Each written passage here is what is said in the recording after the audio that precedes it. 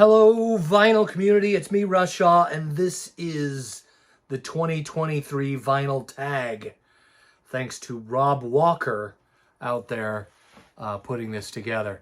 Now, this is a lot, you know, like it's 20 questions usually every year.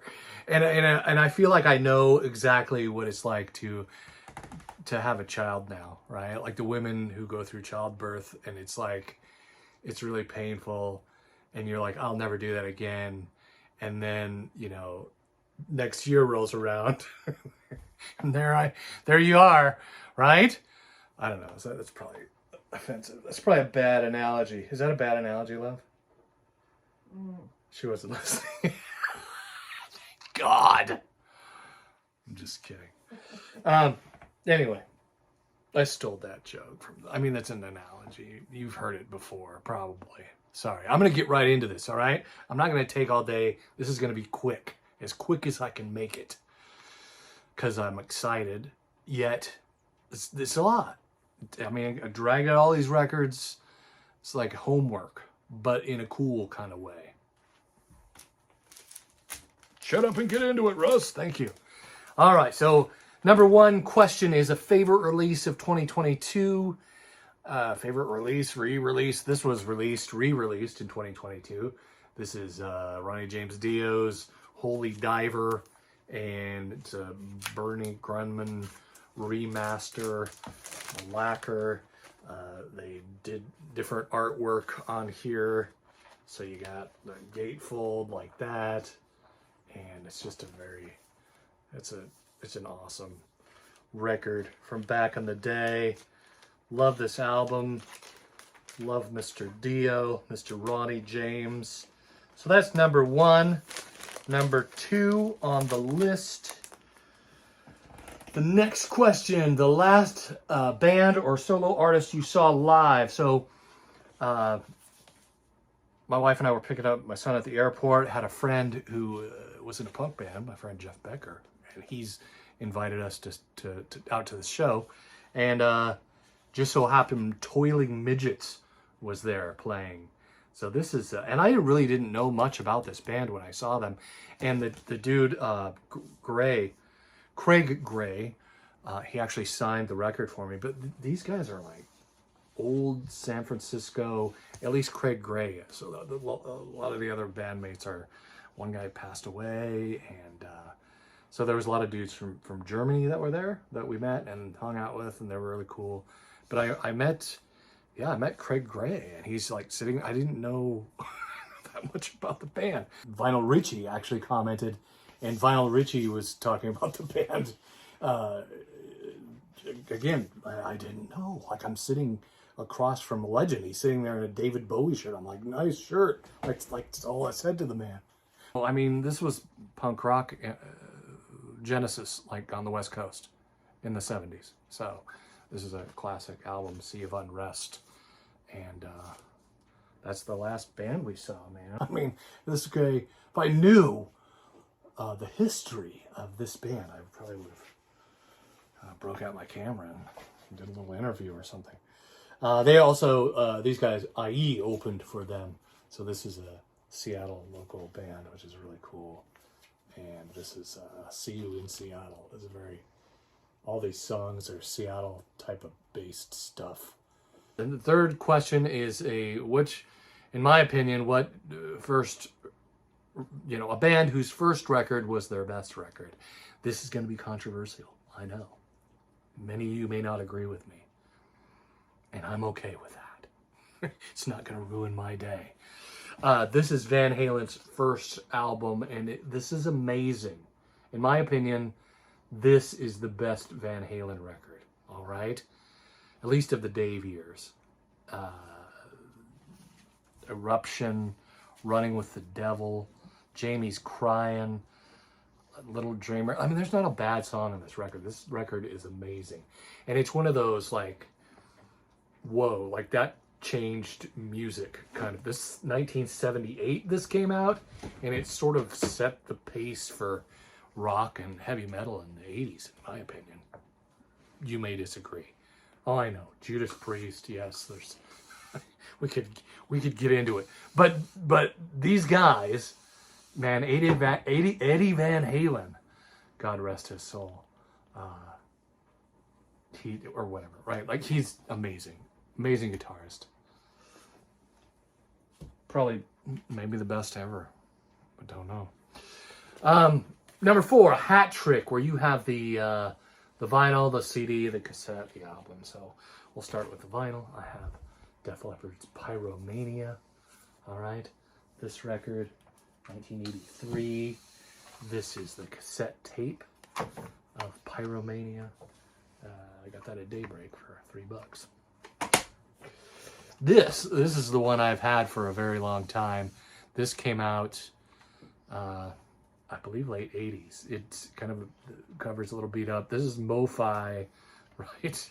This is the Mobile Fidelity release of Pyromania. Oh, see, this thing is, it's even broken, and you can't find another. It's like a certain jewel case. The CD itself is 24 karat gold plated. It says right there at the top, which is very cool. Sounds good. It's a CD. You know, before the digital controversy, my first MoFi purchase was digital, so I really don't have beef. I get it though. Number 5, an album that starts and ends with the same letter, which is an interesting question. Do I have an album that starts and ends with the same letter? And I was like, this was one kind of hung me up for a minute. I was like, I gotta pass on that one. You can't pass. Like, that would be cheating, right? Like, why even do it if you're gonna pass? I don't know. It's just my opinion. Power Up. Huh? AC/DC? Power Up? See what they did there? Yep. Someone born in the same year as you. Rob Walker. Someone born in the same year as me. So the only album I have of someone who was born, the artist was born in the same year as me, would be Mark McGrath of Sugar Ray. So I have a Sugar Ray CD, and he's done, like, he's an actor, and he's done. It's funny how there's people who were born the same year as me are also. LL Cool J was born the same year as me, also an actor. Another one we lost really recently was Lisa Marie Presley, same age as me. So, yeah, time to go back to the doctor and have my heart looked at, I suppose. Most listened to album in 2022, it was Ghost. Impreza. I don't know. Impera? Yeah. Impreza is a Subaru. I don't know why I get that mixed up. But, yeah, this is a great record. I really like this record and listened to it a lot. Artist I listened to the most in 2022. So, again, I'm going back to the streaming service that throws up this, you know, they tell you, here's what you listen to most, and here's the songs, and here's So, according to the streaming service, when I'm driving, usually, that's when I'm listening to that. I listen to AC/DC the most. According to them, I have a lot of playlists that I've put together, and a lot of hard rock playlists, and AC/DC shows up on all of them. So maybe that's why, I don't know. But apparently, according to the streamers, I listen to AC/DC the most, which is kind of hard to believe, but whatever. Okay, number nine.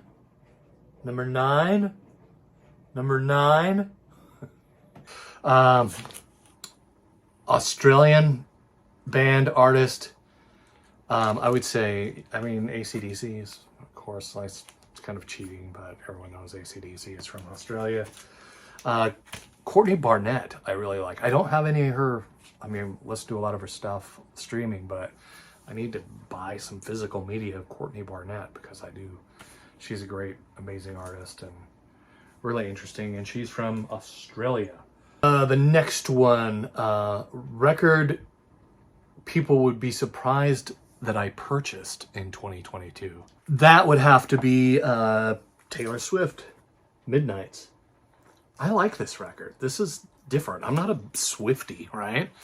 My wife is more of the Taylor Swift fan than I am, but, you know, I listened to some of this on streaming. I heard her talking about it, and, you know, it's just a very cool sound for a pop singer to be that transparent and kind of vulnerable with the lyrics, and it just seems very, very real for a pop star to put out this kind of cool content. So yeah, if you don't like Taylor Swift, or if you've heard Taylor Swift, or if you're like, oh, pop star, I encourage you to check this out. It's interesting.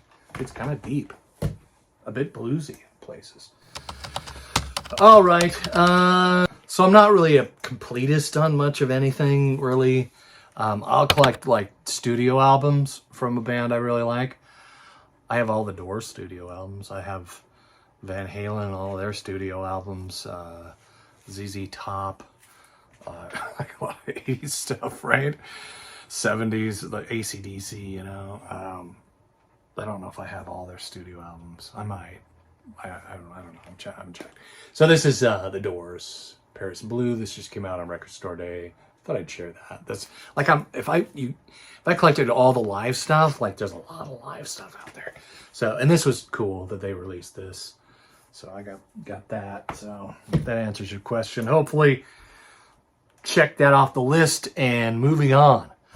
A great run of 3 albums. So I bought a box set, and that's because I really like a lot of this stuff. So the 80s Ramones, right? The Sire years.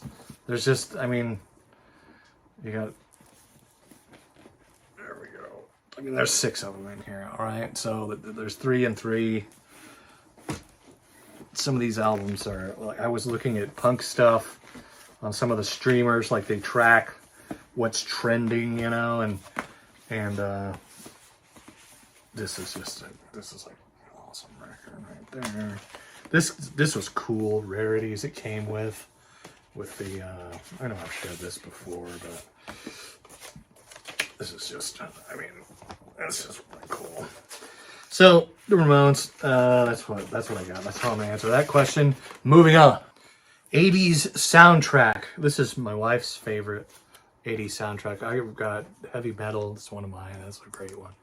But this one is really good. I've shared this one. Cocktail. Huh? You got Starship with Wild Again, The Fabulous Thunderbirds, Robbie Neville, Bobby McFerrin, Don't Worry, Be Happy. Don't Worry, Be Happy now. The Georgia Satellites, covering Hippie Hippie Shake. Kokomo, performed by the Beach Boys. Ray Vaughan, John Cougar Mellencamp. All Shook Up. So yeah, Tutti Frutti. Just are really cool. There's a lot of good tunes on that soundtrack, so I thought I'd feature that one. Why the heck not? Someone we lost in 2022, so a loss. My 3-legged dog is trying to move through here. Hey, you got this. He's 14 and he has 3 legs, and he's hobbling around. Do you want to see here? There he is, right there. Say hi, Gunner. Look at the camera. Look up there. There you go, bud. Okay. All right. There. That's what's going on with that. Are we back? We're back. All right. Okay. I'm not going to be editing this all night. I just can't. Anyway, someone we lost. See, I'm trying not to share in the sadness. I'm distracting myself from getting into the sad part of the video. But we lost Meatloaf.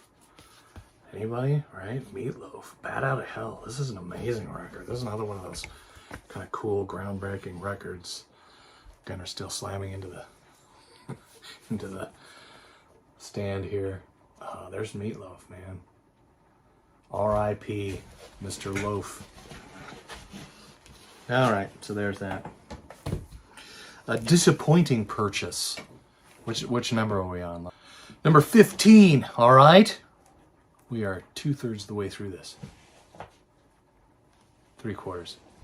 Disappointing purchase in 2022. So this was a good purchase, but I made a video about this album. So there was a re-release of Van Halen 1 it was a Walmart exclusive, the collectible thing that I have here. It's right there. Anyway, I returned that record 3 times because it skipped. Didn't just make it, it skipped all 3 copies. So I finally went back, made a big stink, and they weren't going to give me my money back, but they gave me this. So I was happy with that. So that's cool. And I just kept my old copy from 1978, man. It's fine. It sounds fine. It's in great condition too, by the way, still. Okay, a Grail. We're going to talk about, is that it? Disappointing purchase. Non-vinyl purchase. Sorry, I'm getting ahead of myself. Number 16. Non-vinyl purchase. I remember my friend Ben in Australia was sharing a non-vinyl purchase that he made. So while I've been drinking this tonight. So it's a beer. This is my last one too. Megadeth. A Tout Le Mode. I don't know. So 4.5% alcohol. Not a lot of alcohol. It's good. It tastes great. I bought a lot of this. They sell it right there at the Total Wine store. And yeah. So there you go. So so a Grail. That's the next one. That's number 17. You found a Grail. I did. I talked about it. Made a video about it. This is Tad 8-Way Santa. It's on the Rolling Stones top grunge albums of all time, like top 50 or something like that. I don't know. But yeah, this is the forbidden cover. There's a story behind it. You could watch that video if you want. The couple in the picture sued the band because they didn't want. This was like, they found this at a thrift store. They put it on the album cover. Couple in the picture saw the album cover and said, no, we don't want to be associated with Tad. A lot of people don't know the band Tad. Tad opened for Nirvana, all right? That's like the Nevermind tour in Europe, you know? I mean, that's a big deal. Yet Tad is kind of an unknown for most folks here in the States and abroad.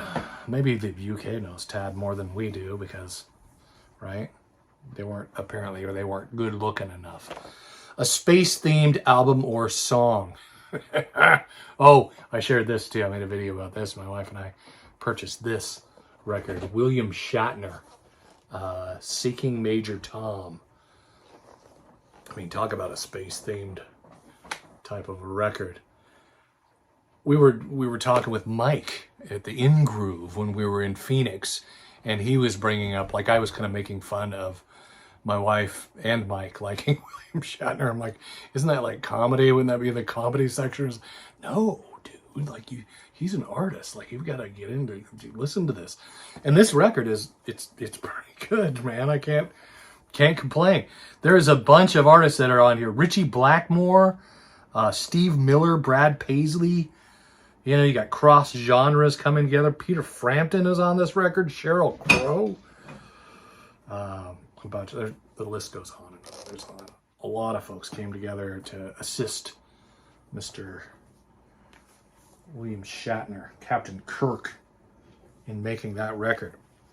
Show some VCLT. So my buddy Sean out there in Philly, Sean Spins, his channel, he's got a great channel over there.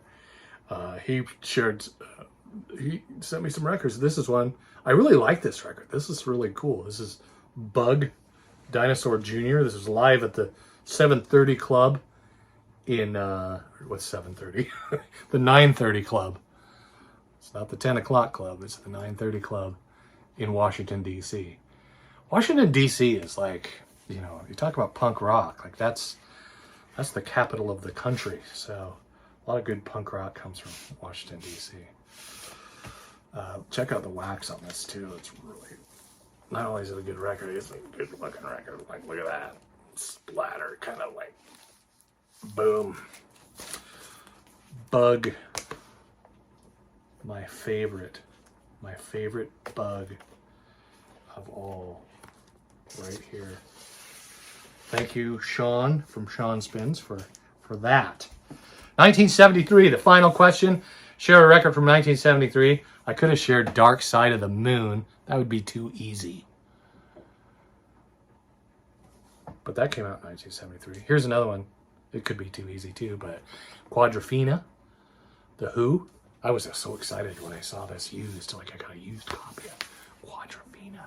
Look at it, it's kind of beat up and it's got tape right here holding it together. And I was like, ooh, that is so cool. It's like gatefold, right? It's a double album. Quadrophenia. Love, rain on me. Rain on me. Hey, you could rain on me with a subscribe and a like. Like right down there, and that's the love. Let the love rain down on me. Hitting the like button down there. Why don't you? Well, if you're still here, I mean, geez, right? Might as well. Got to be reminded. I have to be reminded. If you tell me hit the like button, I'll hit the like button. If you don't, I'll still hit it, but usually I forget. So throwing that out there. Later. Thanks for watching. Bye.